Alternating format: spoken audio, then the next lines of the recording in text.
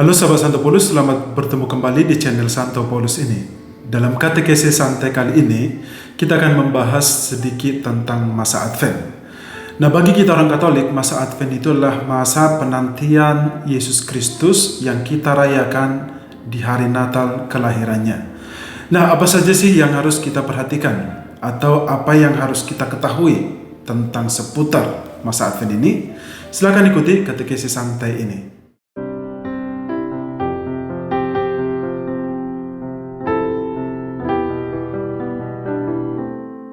Kata Advent berasal dari Adventus, dari bahasa Latin, yang artinya kedatangan. Kedatangan siapa? Kedatangan Yesus Kristus yang pasti, bukan kedatangan Sinterklas. Kedatangan Yesus Kristus yang kita sambut di masa Advent ini sebenarnya mencakup 3 hal atau mencakup 3 peringatan. Yang pertama, peringatan akan Yesus Kristus yang telah lahir pada zaman dahulu di kandang domba Bethlehem. Dan yang kedua, kedatangan Yesus Kristus di tengah-tengah gereja saat ini. Ketiga, kedatangan Yesus Kristus untuk kedua kalinya yang kita yakini kedatangannya di akhir zaman nanti. Jadi masa Advent ini harus dipahami secara penuh, yaitu dulu, sekarang, dan nanti. Itu berarti Yesus sudah lahir pada zaman dahulu di kandang Bethlehem. Dan Yesus juga masih hadir terus di dalam gereja saat ini. Dan Yesus akan hadir atau datang kembali pada akhir zaman.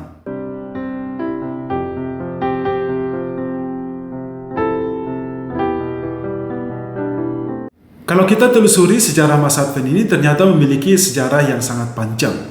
Masa Advent ini pertama kali diperkenalkan di dalam gereja oleh Paus Gelasius pertama pada abad ke-4 dengan menerapkan liturgi Advent itu berlangsung selama 5 minggu. Lalu pada abad ke-5, tepatnya tahun 590 lewat sinode di Makon Gaul, di situ ditetapkan bahwa masa pertobatan dan masa persiapan kedatangan Yesus Kristus di masa Advent itu menjadi final.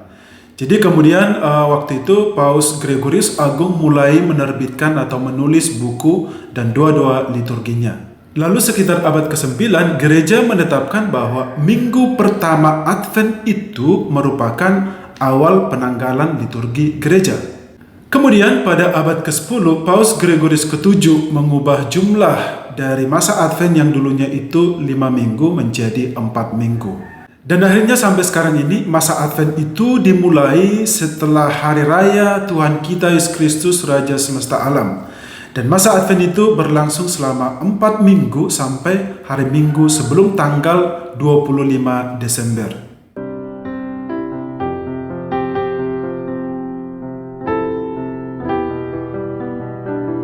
Katekismus Gereja Katolik artikel 524 menuliskan begini. Dalam perayaan liturgi Advent, gereja menghidupkan lagi penantian akan Mesias. Dengan demikian, umat beriman mengambil bagian dalam persiapan yang lama menjelang kedatangan pertama penebus dan membaharui di dalamnya kerinduan akan kedatangannya yang kedua. Selama masa Advent, umat beriman mempersiapkan kedatangan Kristus dengan melakukan pertobatan, bertekun dalam doa, dan membaca kitab suci. Nah, masa Advent terbagi atas 4 minggu di mana tema pusat yang selalu dibicarakan di selama 4 minggu ini tentang penantian. Liturgi dari hari Minggu pertama hingga tanggal 16 Desember itu mengarah kepada penantian eskatologis, yaitu kedatangan Yesus Kristus di akhir zaman. Sedangkan dari tanggal 17 sampai tanggal 24 Desember bacaannya serta liturginya lebih terarah kepada persiapan Yesus yang akan lahir di Bethlehem. Ada 3 tokoh kitab suci yang selalu diperkenalkan selama masa Advent ini. Yang pertama, Nabi Yesaya, dan yang kedua, Nabi Yohanes Pembaptis, dan yang ketiga, Bunda Maria. Mereka bertiga mempunyai cara tersendiri dalam mempersiapkan kedatangan Kristus.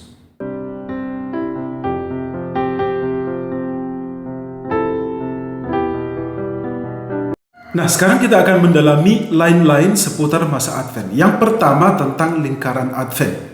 Salah satu ciri khas masa Advent adalah lingkaran Advent atau korona Advent. Lingkaran Advent ini biasanya dibuat dari daun-daun segar berwarna hijau dengan 4 lilin.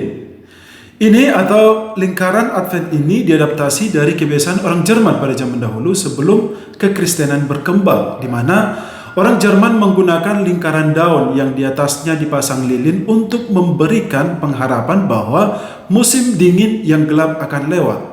Lalu pada abad pertengahan umat Kristiani mengadopsi kebiasaan itu dengan makna baru, yakni menantikan kedatangan Yesus Kristus.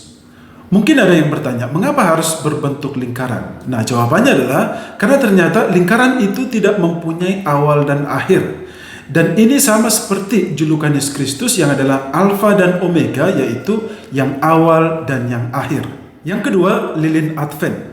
Dalam dokumen direktorium tentang kesalehan umat dan liturgi, sebenarnya tidak disebutkan warna apa lilin yang harus dipasang di dalam korona Advent, sehingga umat bisa menggunakan lilin warna apa saja. Akan tetapi, karena masa Advent adalah masa pertobatan, maka disarankan untuk menggunakan lilin warna ungu, karena warna ungu itu adalah simbol dari pertobatan dalam liturgi Gereja Katolik. Nah, biasanya lilin Advent itu ditempatkan di lingkaran Advent, yaitu ada 4. 3 lilin berwarna ungu dan 1 lagi berwarna merah jambu. Lilin-lilin itu melambangkan keempat minggu dalam masa Advent. Lilin ungu melambangkan pertobatan, sementara lilin warna merah jambu itu melambangkan sukacita. Lilin warna ungu dinyalakan pada hari Minggu pertama, kedua, dan keempat. Sementara lilin warna merah muda atau merah jambu itu dinyalakan pada Minggu Advent ketiga. Mungkin ada orang yang bertanya, mengapa harus lilin itu dinyalakan satu persatu setiap minggu?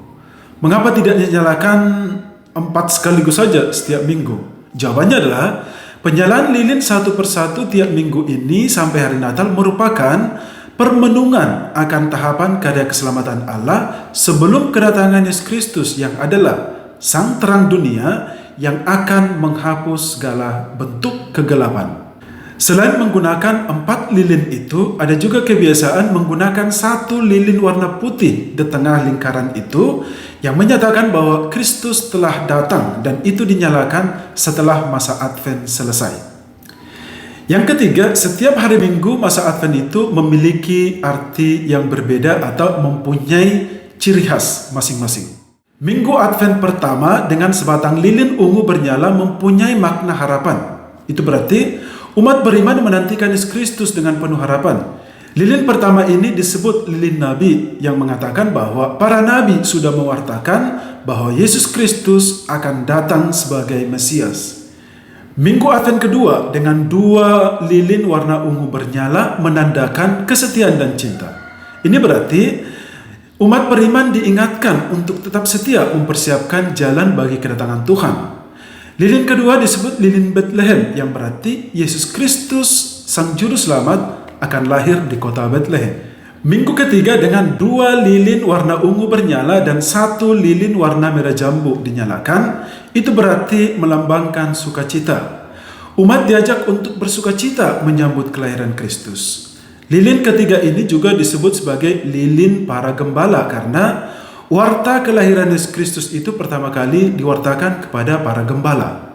Makanya minggu ketiga Advent ini disebut dengan Minggu Gaudate yang artinya itu bersukacitalah. Warna merah muda ini dibuat dengan mencampurkan warna ungu dengan putih. Artinya, sukacita yang kita alami pada hari Natal yang dilambangkan dengan warna putih sudah tidak tertahankan lagi dalam masa pertobatan ini yang warna ungu. Jadi, warna putih dan warna ungu dicampur hasilnya menjadi warna merah jambu.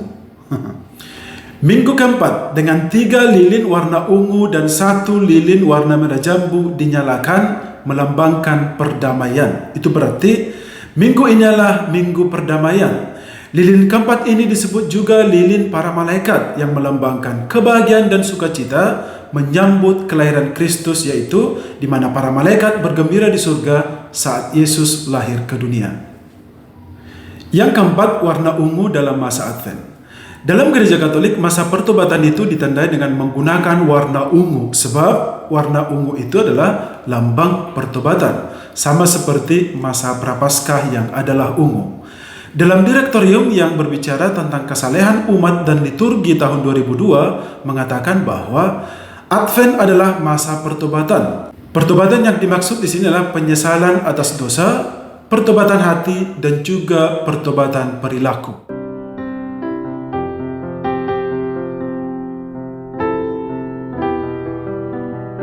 Nah, sahabat Santo Paulus, bagi kita orang Katolik, masa Advent adalah masa penantian yang harus diisi dengan spirit pertobatan. Spirit pertobatan ini diwujudkan dengan lebih sering menerima sakramen Ekaristi dan juga menerima sakramen tobat. Spirit pertobatan masa Advent ini juga diwujudkan dengan melakukan ulah-ulah kesalehan lainnya seperti tekun berdoa, rajin devosi, rajin mendengarkan renungan-renungan, membaca kitab suci, dan lain-lain seperti yang tertulis dalam Katekismus Gereja Katolik artikel 1674.